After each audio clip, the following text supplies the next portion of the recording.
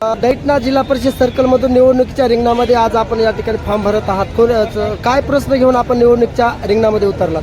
जनतेच्या सामान्य माणसाचे जे काही अडीअडचणीचे प्रश्न असतील ते इमानईद्वारे सोडवण्याच्या प्रयत्नामधून आम्ही त्यांच्या जनतेची सेवा करण्यासाठी हा उमेदवारी अर्ज टाकलेला आहे.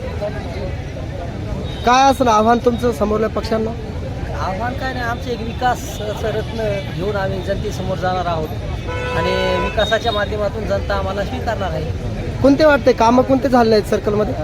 कामं तर सर्कलमध्ये अनेक आहेत करण्यासारखे, झाले काय नाहीत हे असण्यापेक्षा आपण काय करणार आहोत हे सांगणं फार महत्त्वाचं आहे. कारण जे काही कामं शिल्लक असतील ते पूर्ण करण्याची आमची जिम्मेदारी आहे. मतदारांना काय आवाहन करणार आहे तुम्ही? मतदारांना कामाचंच आवाहन करणार आहोत.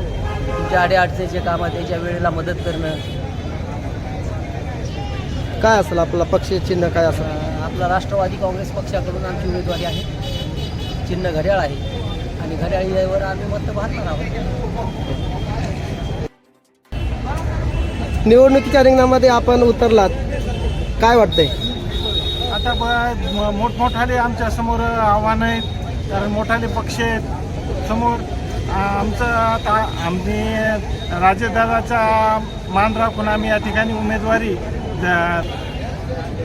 दैठण्याहून धसाडीला जाणारा रस्ता आज बऱ्याच दिवसापासून जशाला तसा दिसतो, काय वाटते बरं तुम्हाला? ते रस्ता व्हावा, सर्व जनतेची अशी इच्छा आहे किंवा रस्ता तो लवकरात लवकर व्हावं. कारण ते 5-6 खेड्याचा प्रश्न चांगला प्रश्न आहे आणि जिव्हाळ्याचा प्रश्न असल्यामुळं त्याच्याकडे सर्वांचं लक्ष लागलेलं आहे. कधी होणार आहे रस्ता? मग आता जर आपलं जर पॅनल निवडून जर आलं तर कसं असेल? आम्हाला जर या ठिकाणी जर संधी दिली जनतेनं तर आम्ही नक्कीच राजदादाच्या माध्यमातून आम्ही ते रस्ता मंजूर करून आणून या ठिकाणी काम पूर्ण करू, एवढी आम्ही ग्वाही देतो. काय करतात मतदारांना आव्हान? मतदारांना आव्हान येत आम्ही की बाबा नाही का सामान्य जनतेच्या ज्या अडचणी आहेत त्या अडचणीला आम्ही कटिबद्ध राहू, त्यांच्या अडचणी दूर करू. ओके.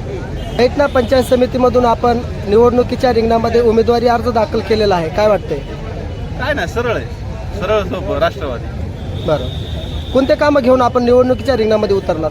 पहिल्यांदा विचारा, जे पहिल्यांदा निवडून होते किंवा पदार होते का त्यांना विचारा कोणते केलं नाही ते. कारण की डांबर भलतं पडे हिंदवाडी दैठणा रोडवर बरेचसे कामं त्याने नाही केलेले. त्यांनाच विचारा तुम्ही काय केलं ते आधी. ते साळापुरी खोरा तांडा काहीतरी एक रस्ता आहे, त्या रस्त्याचं प्रकरण इकडं अधिकारी कार्यालयाला त्या ठिकाणी अर्ज आला होता की त्या ठिकाणचा एक रस्ता आहे की डिलिव्हरी जरी झाली तर त्या रस्त्याला जाता येत नाही, काय वाटतंय? कारण की आता साळापुरीवाल्यांनी हे योग्य विचार करायची गरजेचं आहे की आपण इतके वर्ष कोणाला देत राहिलो आणि त्याच्याकडून आपल्याला भेटलं काय?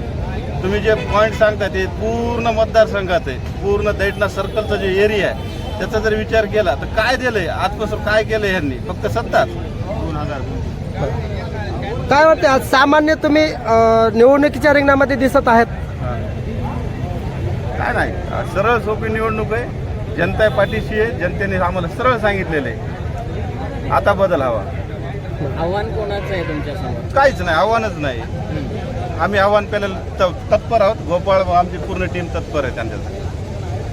विकासाचं विजन काय डोळ्यासमोर? नेमकं तुम्ही म्हणताय की जी विकास कामं झाली नाही ती त्यांना विचारा, पण तुमच्या डोळ्यासमोर अशी कोणकोणती विकास कामाची झाली नाहीत आणि ती तुम्हाला करायची?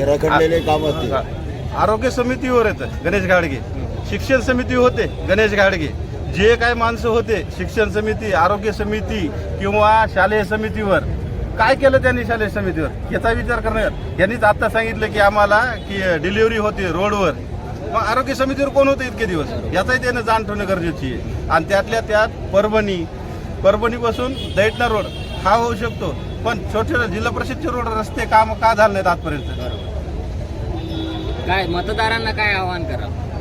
मतदारांनी ह्याच गोष्टी विचार करावा की आज काय पाहिजे आपल्याला.